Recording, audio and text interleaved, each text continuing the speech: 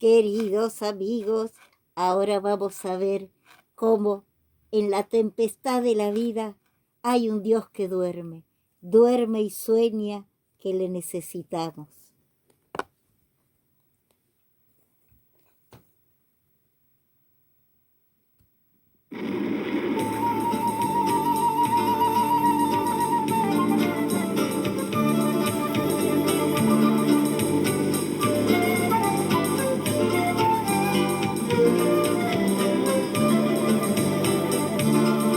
Bajo un cielo muy nublado y a pedido del Señor, los apóstoles zarparon con un poco de temor.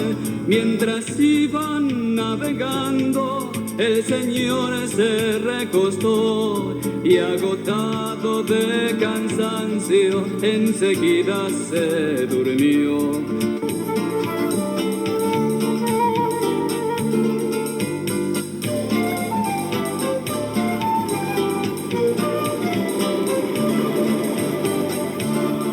De repente un fuerte viento la tormenta desató y la barca por momentos casi naufragó. Entre el susto que tenían y la desesperación, los apóstoles deprisa despertaron al Señor.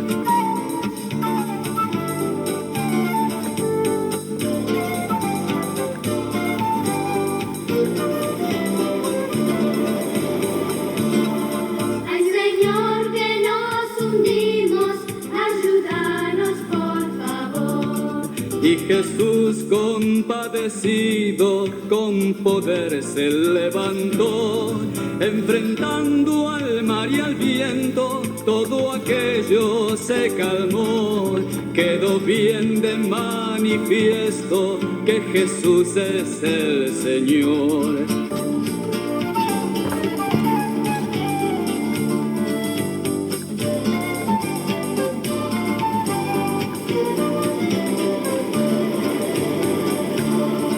Y volviéndose hacia ellos, les habló diciéndoles: ¿por qué tienen tanto miedo? Es que no me tienen fe. Admirados por sus obras, comentaban sin cesar: ¿quién es este que a las olas y hasta el viento hace callar? Nuestras vidas le confiamos al Señor con humildad. Y es por eso que esperamos alcanzar la eternidad. Y es por eso que esperamos alcanzar la eternidad.